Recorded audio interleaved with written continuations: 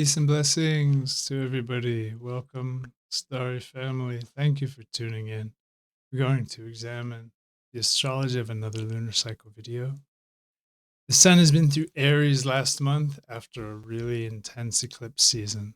And this month, we see the new moon in Taurus making major aspect to Pluto again, although a much more constructive relationship that might continue any Pluto processes from last month in a more constructive way.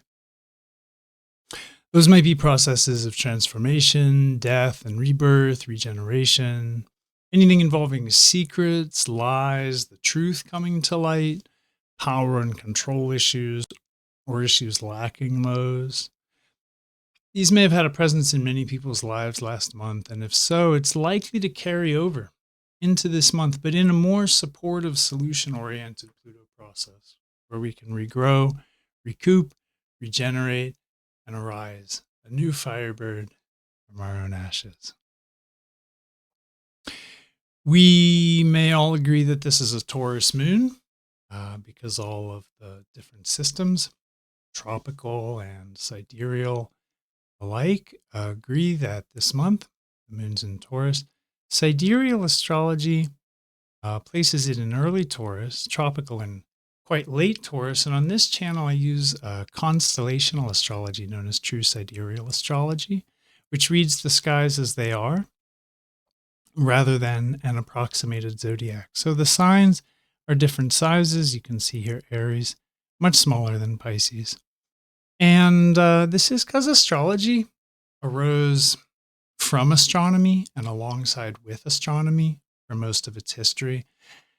Our entire catalog of foundational ideas about astrology, whether Babylonian or Greek, Egyptian, Mayan, Chinese, it really doesn't matter. They all arose historically from looking at the actual sky.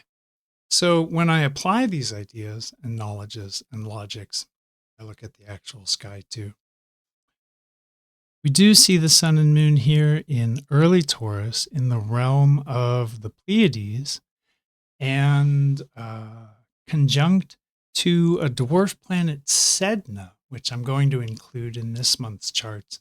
A little unusual. I don't usually include Sedna, but Sedna and Ceres and the moon are making a very, very nice and unusual arrangement this month.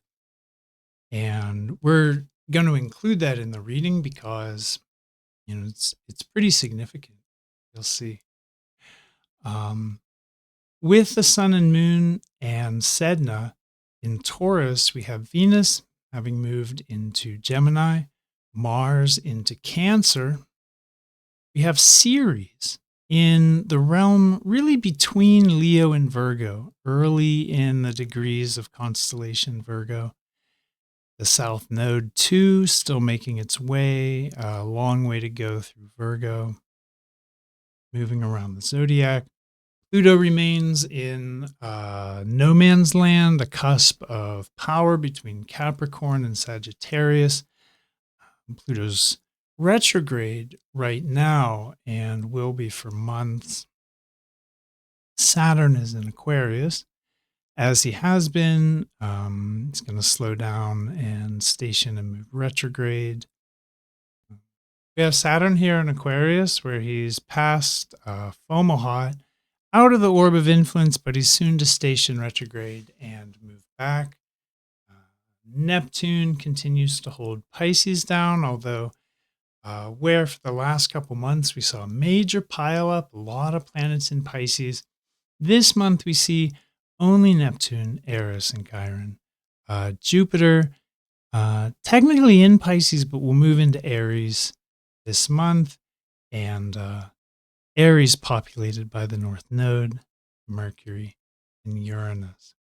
Again, the two special planets that we've included that we don't usually look at are Sedna and Ceres. So that's the basic layout. And I want to jump into the chart work. We have here the new moon on the 19th of May, and it's in, again, early degrees of Taurus.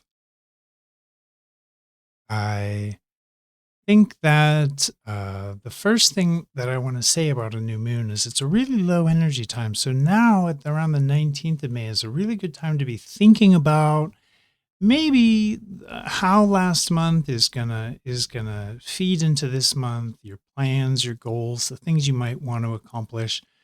Um, there's a lot of continuity, as I mentioned, because Sun and Moon are making trine to Pluto. Now, last month they made the square aspect, and that's a traditionally challenging aspect. But this month seems to be a little more supportive, even though the energies in question, the supportive energies of Mars and Pluto, they themselves are opposing each other. So have a little bit of the beginning of what really looks like a complicated alchemy this month. There's a lot going on, so I'm going to talk a little bit quicker, which I know will delight a lot of you.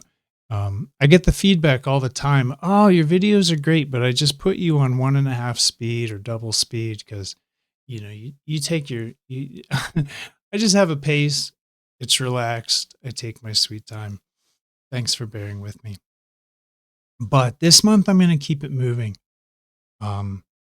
Low energy at the new moon, time to plan, time to strategize. We have a new moon in Taurus, and Taurus is outwardly, these stars are about security. They're about wealth, resources, and prosperity. And inwardly, they're about self-sufficiency, values, our value system, our inner resources. And they're really, Taurus all boils down where these two meet is survival. Survival. Our material resources allow us to survive in the world and society. And our value system, our inner values, is what we will and won't do to survive. That's what a value system breaks down to. So I always say the word for Taurus is survival. But think about that very broadly, not like stuck in the woods and you only have a knife. It's a process of self-discovery, self-recognition, self-generation. And it's a process of fertilization and procreation, where the energies here in Taurus are very sensual, very sexual, very physical. And it's a body intelligence that we can tap into in Taurus. What our body is telling us, what our senses are telling us. So we have this theme of appreciating ourselves and what we don't appreciate about ourselves, what we find that we don't appreciate about ourselves. We have the empowerment of Pluto's trine this month to transform those things. New moon is conjoined to Uranus in Aries, so conjoined by degree, not by sign. Aries, Uranus loves the bizarre, the uncommon, the unconventional. It loves freedom. It's bold and daring, and this is empowered by Aries. And it loves cutting edge ideas. So Uranus in Aries has been off to a brave new start. When it moved into Aries, Notre Dame and an old church in Brooklyn burned. It was just out of nowhere. 2 major churches burned. And I got the sense like, oh boy, we're in for it. And as Uranus moves through Aries and starts to look at his ingress into Taurus, we're seeing a nearly a bizarre development in and of itself, bizarre, of this exponential growth curve of artificial intelligence. And I want to encourage everyone to keep your eye on Uranus as he transitions into Taurus, because I think we're going to see a big shift towards the digital and this so-called artificial intelligence. And we're past that delusional point of thinking of it as artificial. I like to call it machine intelligence, but we're entering into a new era here with Uranus's passage. So he's finishing up Aries, and this is conjoined the sun and moon. This could bring all these themes to the conscious mind represented by sun and moon, could bring all these themes into the fore of the picture this month. And I mentioned that this new moon, this new Taurus moon, is trine to Pluto. And Pluto's in a pretty special position here in the last degrees of Sagittarius, resonant with truth, deep truth, universal truth, actual truth, natural law. And the moon, so empowered here in Taurus, in an area of the sky marked by the stars of the Pleaides, which in Babylon were their own constellation in and of themselves, separate from Taurus. And while Taurus was given resonance with Venus, the Pleiades were given resonance with the moon. So the moon is in her own way, in one way of looking at things, at home. She's very happy here. And I mentioned that she was with Sedna. And we're going to take a look at that later. But the charts, there's so much going on. And I want to leave that for when we examine it specifically. I'm going to bring that in when we include it. For now, I want to focus on this trine to Pluto, because last month, like I mentioned, we squared Pluto. This month, the themes, anything around alienation, severance, misanthropy, loss, power struggles, paranoia, control issues. Pluto trine a new moon will help us realize our true power and all of that. It'll help us to regenerate and to heal. It'll help us to find our deep passions, our life's calling, our soul's mission, the real truth of why we're here. So we can dig into that this month. We can take a real juicy bite into that. Truth burger. Silly analogy. That wasn't in the script, friends. We have a new moon on a fixed star. It's barely in the influence of this fixed star. It's barely in the orb, but it is technically in the orb of influence, a fixed star, Algol. Now, for people who are familiar with my channel, you've heard me talk about fixed star Algol. It's the head of the Gorgon Medusa that Perseus holds. This is the Algol, comes from the Persian, the demon star. I don't want to talk about the same old stuff I usually talk about. If you missed that, subscribe. Don't miss the video. Jeez. But this is a star with a really evil reputation, and with some reason, it's a really hard star to handle. I want to show an image of Algol, and this, my friends, is the binary system Algol.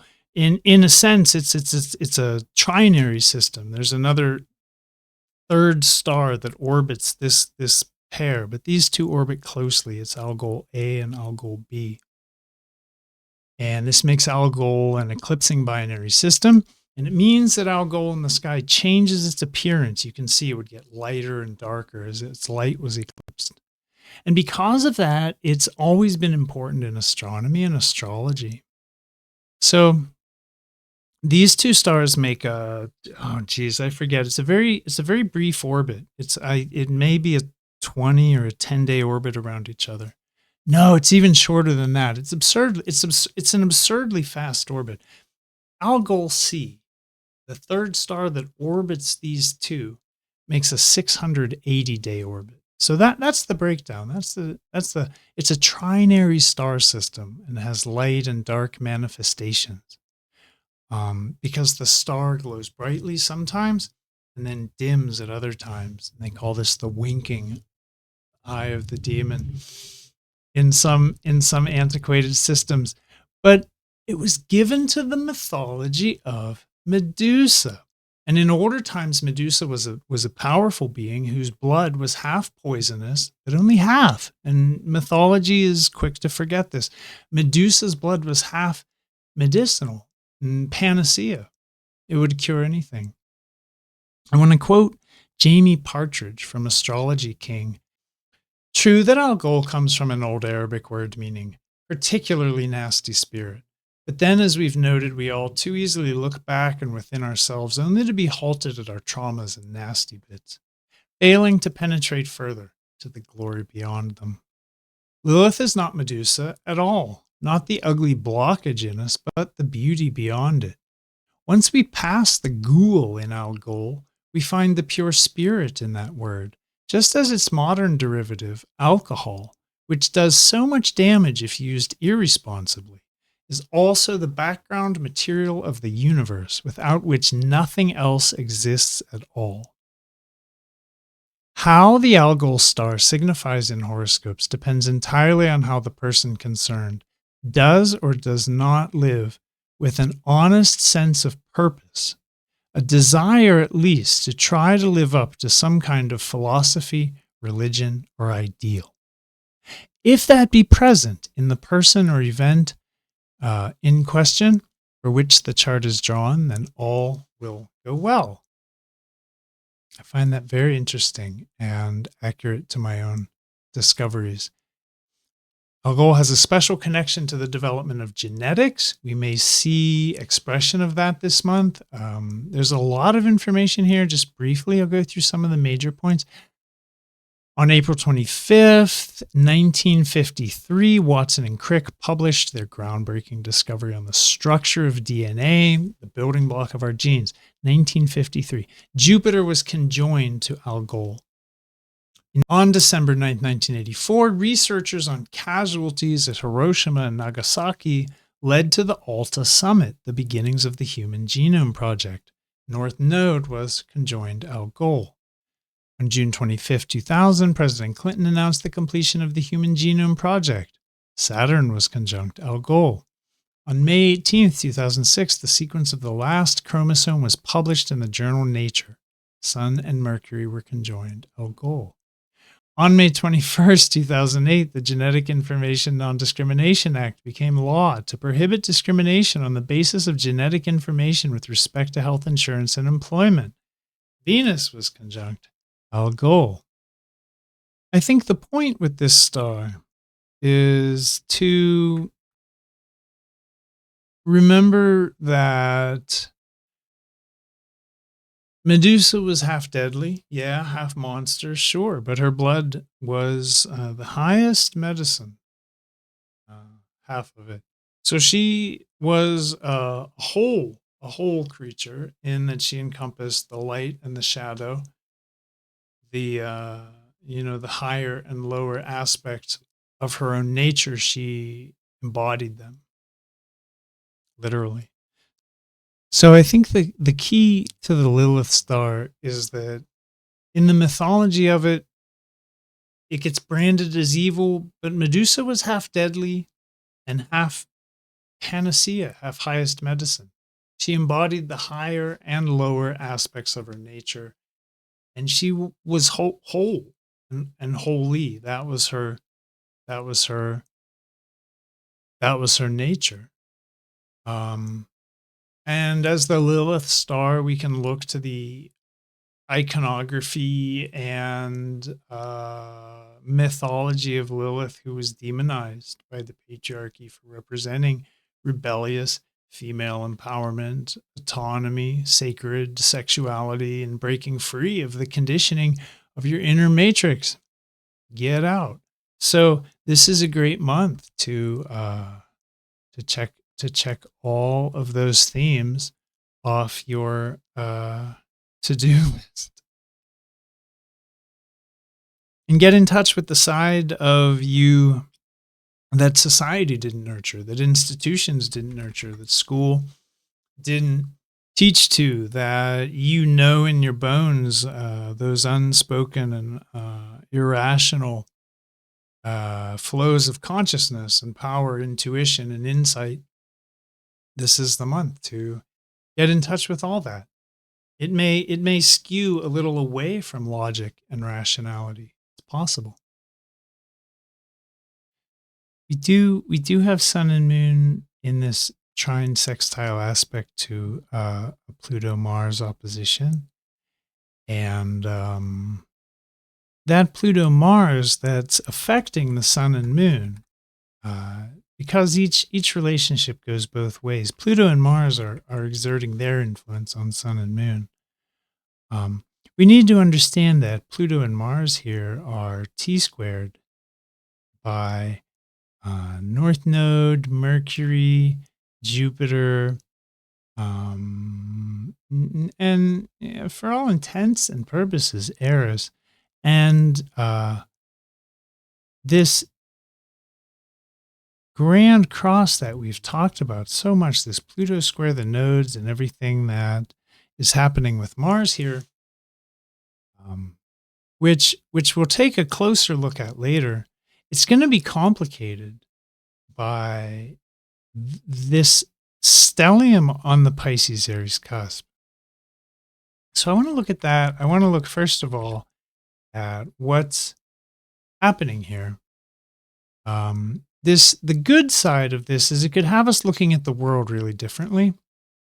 It could have us communicating weirdly or strangely. It could compel us to realize our hopes or define, perhaps, our aspirations or dreams. It could have us very interested in researching new topics to us. When we bring Eris into this, and then we have Eris North Node, you have criminal activity for a humanitarian purpose. And Jupiter makes it humanitarian. You have big discoveries. You have breaking through boundaries, taking risks in general, and that's going to aggravate. This T-square is going to aggravate this Pluto-Mars.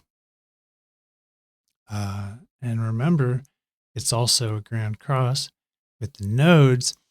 And taking risks is a theme of this alignment too. This is going to have us feeling just kind of edgy, whether it's good that we feel like that and we should be taking those risks, those appropriate risks, those good and healthy risks, or whether we feel just a little out of control when we take like stupid risks.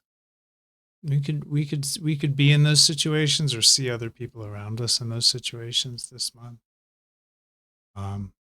Violent force. That's a hallmark of this signature. Manipulation, increased drives, or in Plutonian fashion, decreased drives. It could go either way.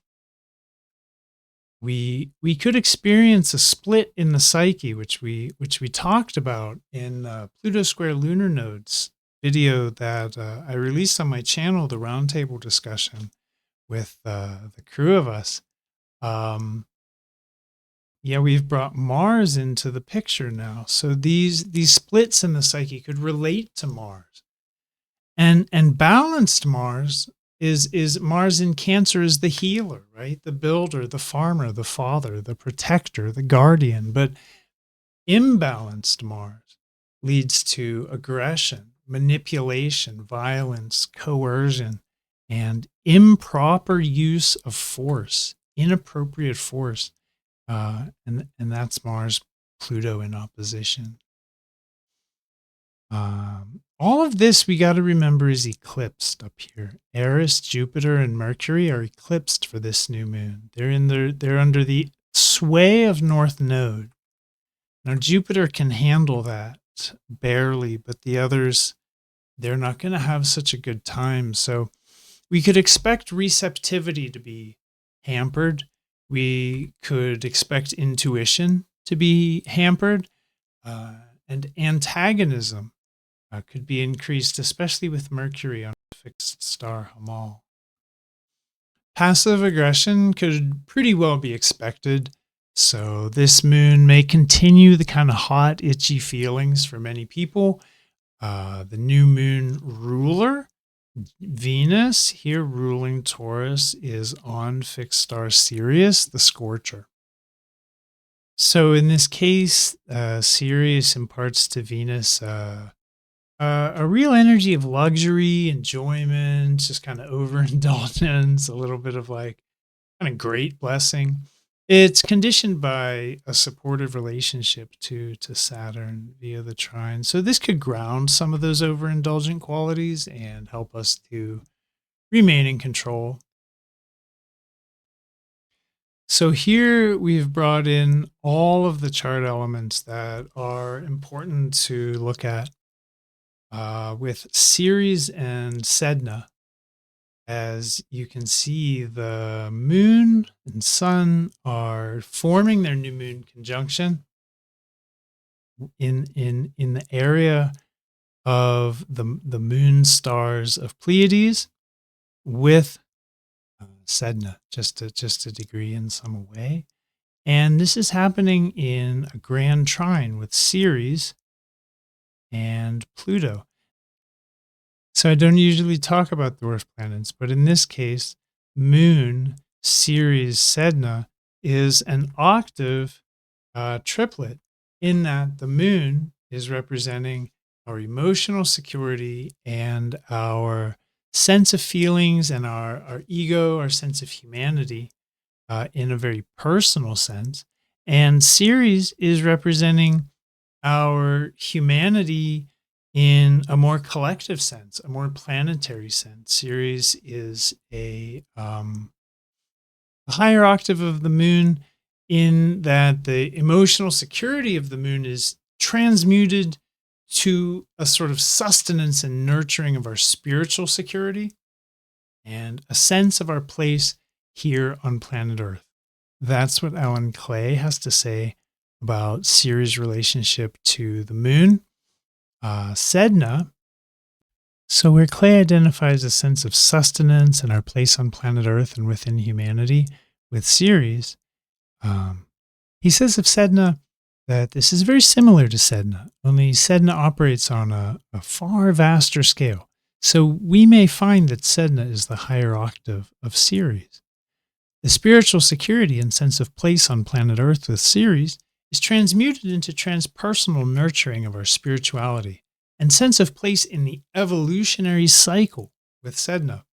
And it's an amazing take on it because when we look at Sedna, Sedna has a huge egg-shaped orbit, and it's an orbit of 11,406 years.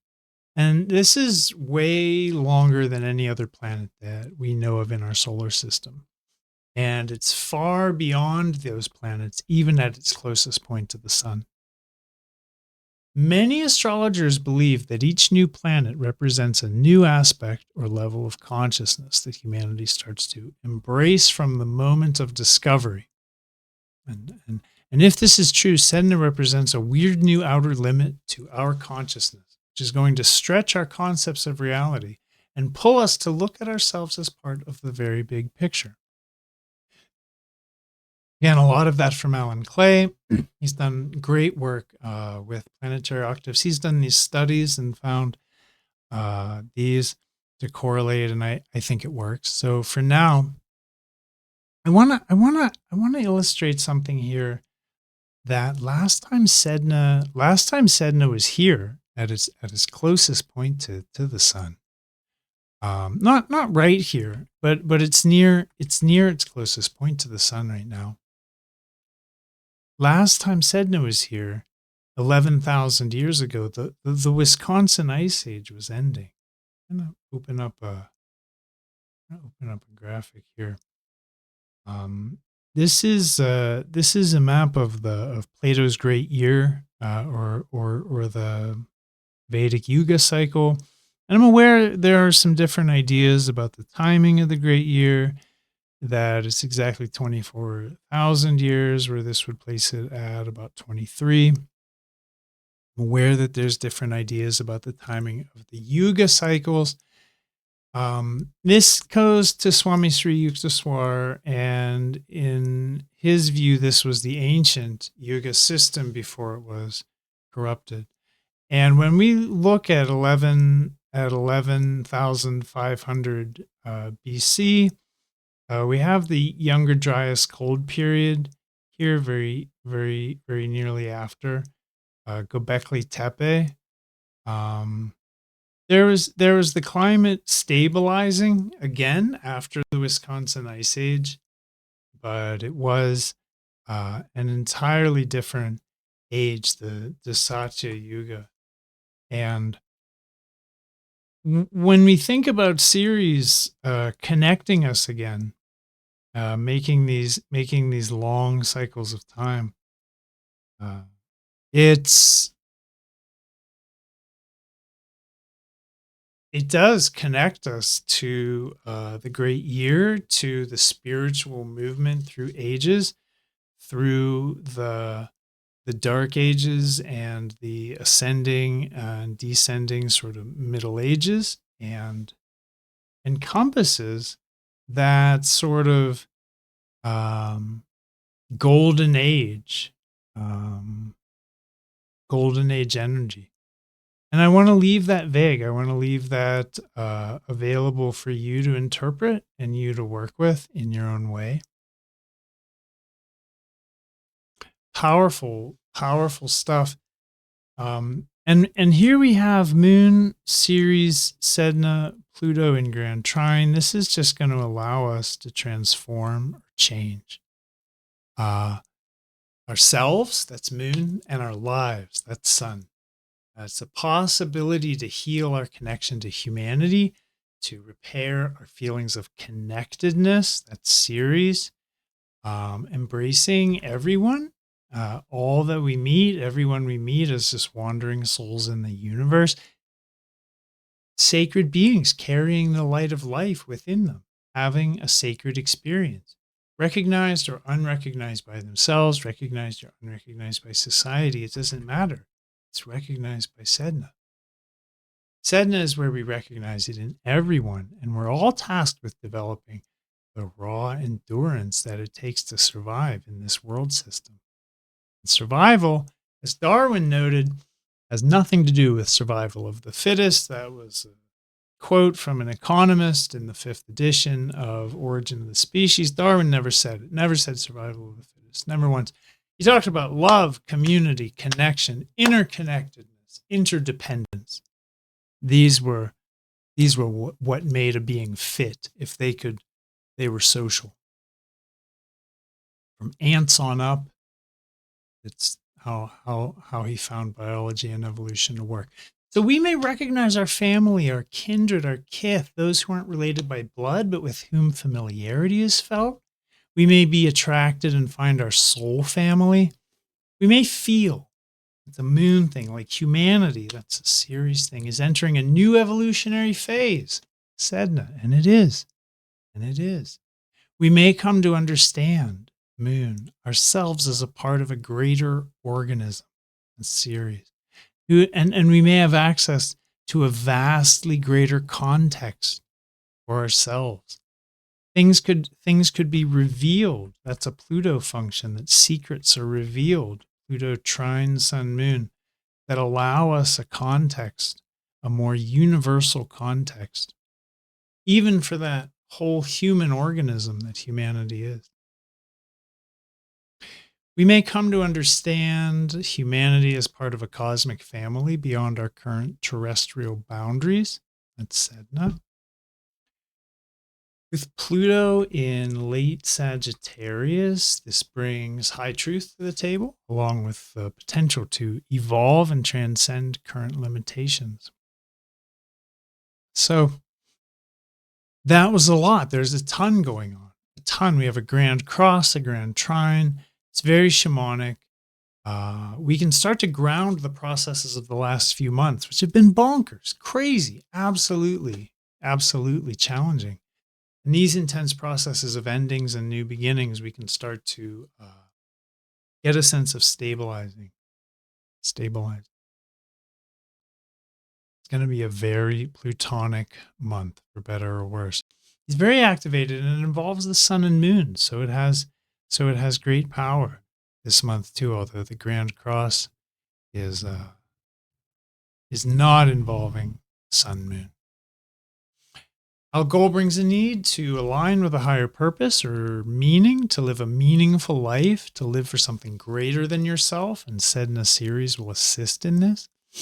To live for something beyond our own sensual or sexual enjoyments. It stands apart from Taurus in that way and challenges us early in the Taurian journey. Our goal challenges us to rise above self-serving and self-satisfaction. This new moon on Algol will likely challenge us all to get in touch with our feminine side, non-rational intelligence. This is different from irrational thinking. I want to be very clear with language. Feeling, intuition, emotions, silent knowledge, silent knowing, what we know in our bones. We may need to listen to what we know we know. We just know it. Instead of what we think or what we think we know this month, in order to avoid the challenges that Algol is famous for. We may get pushed out to new limits, a la Sedna, and have a chance to transform our relationship to our own humanity, have a major growth and evolution opportunity, and a chance to improve our connection to our global human family. Definitely an amazing month for starting new things, making a fresh start in maybe something old and stale, personal, evolution, connecting to the planet, to life, to our interconnectedness and interdependence on each other. That, my friends, is the new moon. Lot of blessing, a lot of heavy shadow. I think the best advice that I would have is get connected, but watch those connections, mind them, because they're going to be a little complicated this month by that Grand Cross. So get connected carefully.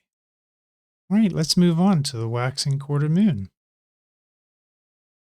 And the intention of the waxing quarter moon, this first quarter phase that we're here in on 27th of May, where now moon is square to sun, the intention of this phase is more just in recognition of what's happening. We start to see the pattern, and it's a time when we can get clues about how the pattern might emerge. Like in this case, we have Saturn, opposite moon, T-squared by sun.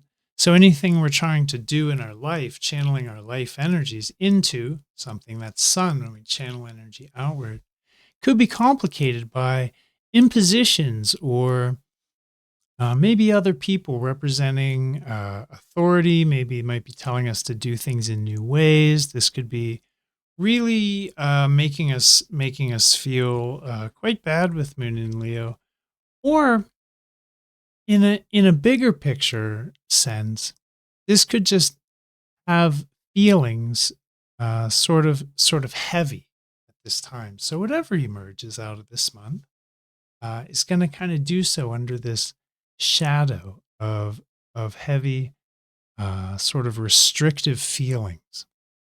And we can expect that Jupiter, where we usually reach very instinctively, very automatically for uplifted feelings, joyful feelings, jovial feelings, he's eclipsed. So we may do well to actually not try to escape this connection, but lean into it.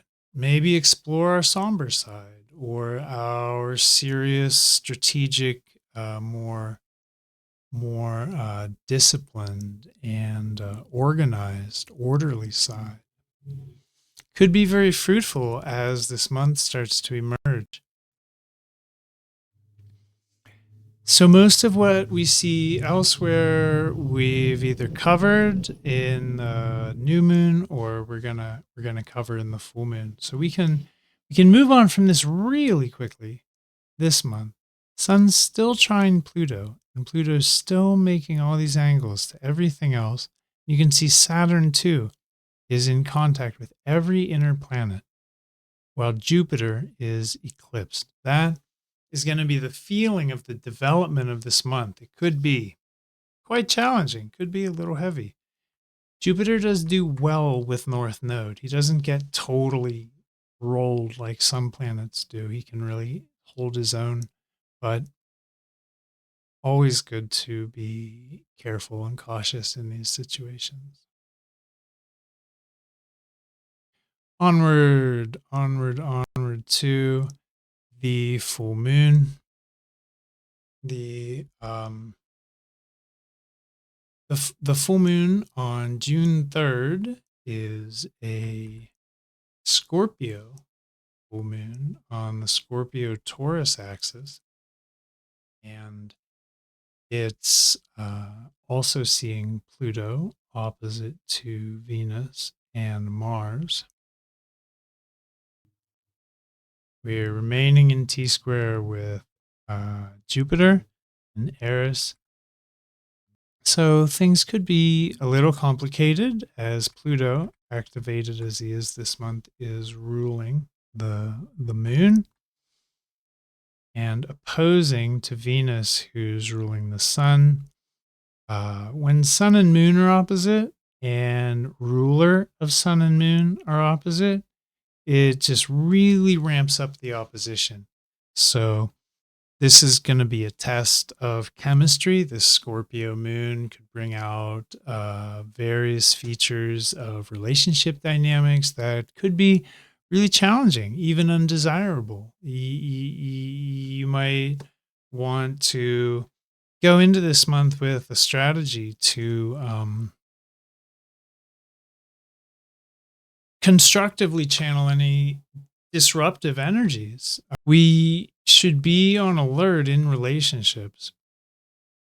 We should also be on alert as the light that's reflected by moon is Tauruses. We should also be on alert in all of our relationships, but most of all, because the core of this is a Taurian process, we need to be thinking about this in our self relationship. So how is our inner commitments, that's a moon Pluto thing, and our outward direction? How's our goals in the world? Are they at odds with our inner desires? And how is our animal magnetism? How is our charisma? How is our sense of humanity and desire and enjoyment and appreciation? Is all of that balanced and in order? Because Pluto will test it. In opposition, Pluto will definitely test it. So we have a little bit of task on our hands to balance these energies this month. The moon's supported by trine to Chiron, so anything that does come out of this process is likely to be blessed with a touch of like the resolution of traumas that we may have been carrying. Moon's trine to Mars, so really sensual moon, really good moon for relationships that can handle the challenge and find their growth edges and rough spots and smooth them out. Could be a delightful month. The Taurus Scorpio axis is about resources. The light of the sun makes it about inner resources, but the moon in Scorpio is not just about other people's resources, but is about our spiritual resources. Where Taurus is physical, Scorpio is about our healing, our regeneration, the ability and resource we have to regrow, re-toughen a shed skin, to rebound, to bounce back, to even from the void of a death process, to be reborn. This is the medicine, Scorpio of Fucus. And all of these things and the intensity of them are going to be this month in service to the self relationship. So no matter what happens with other people, especially with Venus oppositions, especially we had that moon opposite Saturn at all for the waxing quarter moon. So I think the synthesis of this is to take any kind of other interaction, I-thou interaction, anything involving other people, and and either look for what it's reflecting in you. That's been a very consistent theme lately. Or and that's because we're going to have to remember to look for this, because it's usually an Eris function. Eris is recognizing our projections, deep recognition of the mechanisms of the shadow self and the wisdom of our real awareness, which is that anything in other people that irritates us is simply a reflection of unresolved material in our own psyche. We know, because as we resolve the material in our own psyche, those other people annoy us less and less and less as that process goes on. This is a time-honored truism. You spot it, you got it. You smelt it, you dealt it. This is Eris's fantastic wisdom. When Eris is eclipsed and Jupiter is also eclipsed, it's just going to be good to remember. Just remember, if we can, that the lesson is for us. No matter what happens to us, no matter who does what to us, the lesson is for us. All right, then, onward to the waning quarter moon. Yeah, June 10th, 2023. The intention of a waning quarter is kind of winding it down after the lunar cycles hit its peak. In this chart, we see the moon on the cusp of Aquarius Pisces, here square to the sun. So a lot of power, a lot of personal power. This is usually when things pop up for individuals, because sun and moon tends to be very personal, very conscious. This tends to be a time, though, when the power and the energy is inward focused, and we can be recognizing the patterns and cycles of the last lunation, seeing our successes and improving, making plans for future improvement. So the contemplative point in the cycle, we do see a moon on the Pisces Aquarius cusp. And this is very resonant. We don't see them in the chart, but they really haven't moved much. There's Sedna here and Ceres here. And this is really resonant with moon Sedna Ceres, because Aquarius is very humanitarian, and so is Ceres. And Pisces is very transcendental and universal, and so is Sedna. So as the moon comes around, it'll be a good time to remember all of these processes involving moon this month originated out of this grand trine, which is marked with the energy of rejuvenation, healing, regeneration, transforming our self-awareness within the consciousness of the human organism towards just a new outer limit, a new long age oriented understanding of who we really are. Very, very concordant, very connected to this place in the sky, Uranus Pisces cusp. Jupiter is on the sun-moon midpoint, and he's still eclipsed, so we may have a little bit of complications. We may go too far. We may not go far enough. The semi-square is weird. Eclipses are weird. I would say being overconfident could be an easy mistake to make when Jupiter eclipsed is semi-squaring a sun-moon square from the midpoint. Could be really easy to go too far, to think you're funnier than you are, or just say something that it could be actually, with Mercury and Uranus together this month, it could be easy all month to say stuff you didn't mean to say.